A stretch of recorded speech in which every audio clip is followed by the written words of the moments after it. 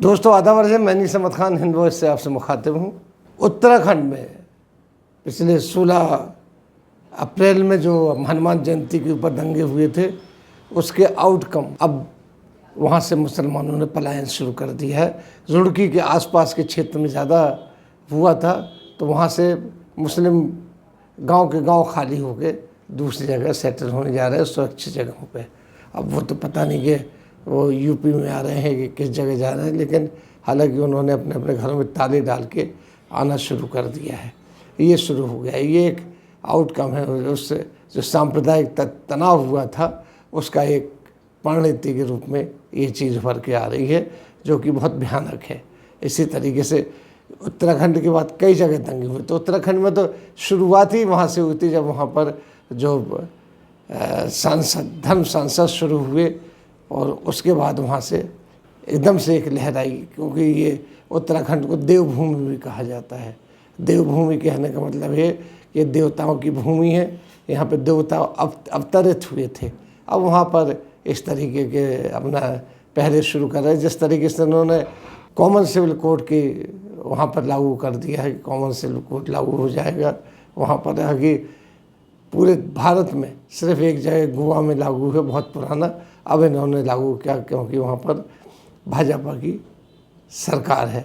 भाजपा की सरकार है तो वहाँ पर ये वो डिक्टेटरशिप की बात है कि पुष्कर सिंह धामी पिछले जो चीफ मिनिस्टर थे, जो इस बार खड़े हुए चुनाव में हार गए, उसके बावजूद भी उनको चीफ मिनिस्टर बनाया गया है। अब वो अपना गठित करके और उन्होंने शुरुआत अपना कार्यक्रम शुरू किया है।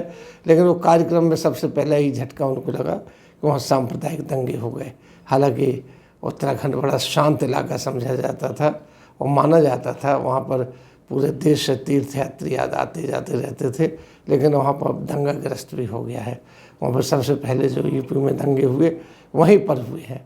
ये एक सिस्टम चल रहा है वहाँ पे, जो उत्तर प्रदेश ज़्यादा से ज़्यादा जो भाजपा शासित प्रदेश है, उनमें ये चीज़ शुरू हो गई है, और उससे एक खौफ और भय व्याप्त हो गया। और इसकी धमक यहीं भारत में ही नहीं, विदेशों में भी आने लगी। अमेरिका से, कनाडा से, लंदन से, यहाँ से भी इसके विरोध के स्वर फूटने लगे। क्या कर रहे हैं आप, एक जो सेकंड लार्जेस्ट माइनॉरिटी है उसके लिए आप इस तरीके से कर रहे हैं, और ये दंगे फसाद वहाँ पर शुरू हो रहे हैं। ख़ास तौर पर मुसलमानों को टारगेट किया जा रहा है। और यहाँ पर भी दंगे होने के बाद छोड़ के चले गए लोग बाग अपने घर ताले लगा के, उसके बावजूद भी पुलिस की उनके ऊपर एट्रोसिटीज़ चल रही हैं, उनके ऊपर पुलिस की प्रताड़ना चल रही है। अगर वो अपनी शिकायत करने जाते हैं कि उनका सामान या कार जल गई है कोई चीज़, तो उनको ही उल्टा लपेटा जाता है। तो उन्होंने अब उसकी बातचीत करना भी छोड़ दिया। लेकिन वो मुख्तलिफ प्रेस जो पहुंचती वहाँ देखने के लिए, उनको ही खबर देते हैं। जो मैं खबर बता रहा हूँ, ये ट्रू सर्कल नेटवर्क एक है, उसकी खबर है जो सत्य है, और वहाँ पर सत्यापन करने से पता चला कि हाँ ये बात वहाँ पर चल रही है इस तरीके से। और ये पूरे देश में फैल गई है। ये बाबा, ये विष, ये जहर जो पूरे देश में फैलता चला जा रहा है हर जगह। कर्नाटक से शुरू हुआ, यूपी में तो शांति है इस वक्त। और क्यों शांति, कैसे शांति, में पहले ही बता चुका कि वो एक मॉडल स्टेट बनाना चाहते हैं कि देखिए यहाँ पर एक कट्टर हिंदूवादी चीफ मिनिस्टर है, लेकिन उसके बावजूद भी वहाँ कोई ना दंगा है, ना फसाद है, ना हिजाब का मामला है, ना सांप्रदायिकता है, ना हनुमान जयंती का मामला है, ना रामनवमी का मामला है। सारा शांत है। दूसरी जगह हो रहा है। हालांकि पुष्कर सिंह धामी जो है वो हार गए थे, चुनाव भी हार गए, और उसके बावजूद भी चीफ मिनिस्टर बनाए गए।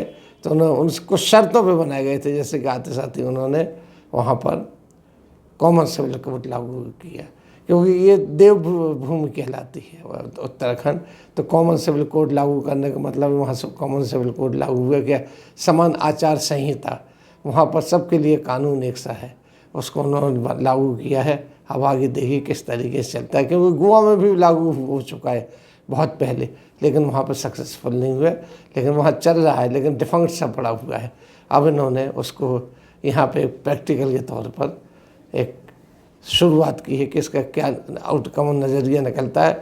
लेकिन उसका नज़रिया वहाँ तो नहीं, लेकिन हाँ यहाँ दंगों के रूप में परिलक्षित हो रहा है। वहीं उत्तराखंड में ही धर्म सांसद की शुरुआत हुई थी, जहाँ पर खुलेआम मुसलमान विरोधी प्रचार हुए थे, उनको गला काटने की, उनको जेनोसाइड की, जाने किस किस तरीके की धमकियाँ दी गई थी, ये सब चल रहा था। अब वहाँ का एडमिनिस्ट्रेशन कैसा है, क्योंकि कहा जाता है कि वो सीधा सीधा एडमिनिस्ट्रेशन केंद्र के हाथों में। केंद्र का मतलब है या तो हमारे गृह मंत्री हैं जो उनके पास है, या फिर प्रधानमंत्री के हाथ में है। लेकिन गृह मंत्री का इसमें ज़्यादा समझा जा रहा है, क्योंकि वो डायरेक्ट कांटेक्ट में पुष्कर सिंह धामी के रहते हैं, और उसी तरीके से। और आप देखिए कि जहाँ कहीं भी दंगे हो रहे हैं उनमें केंद्र बिल्कुल खामोश बैठा हुआ है।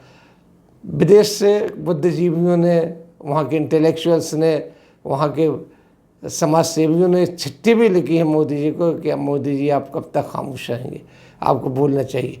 भारत के भी बहुत बुद्धिजीवियों ने, हर धर्म के चिट्ठियाँ लिख रहे हैं कि मोदी जी आप कब तक खामोश रहेंगे, कुछ तो बोलिए इन सब चीज़ों के ऊपर, क्योंकि ये ताकतें जो है देश को विघटनकारी की तरफ ले जा रही हैं, देश को एक बहुत बड़े खतरनाक मोड़ पर लेकर जा रही हैं, जो कि अपूर्णीय क्षति होगी देश में अगर ये फैलती जा रही। और जहर फैलता ही चला जा रहा है, रुकने का नाम नहीं ले रहा है, क्योंकि केंद्र इसमें बिल्कुल खामोश बैठा हुआ है।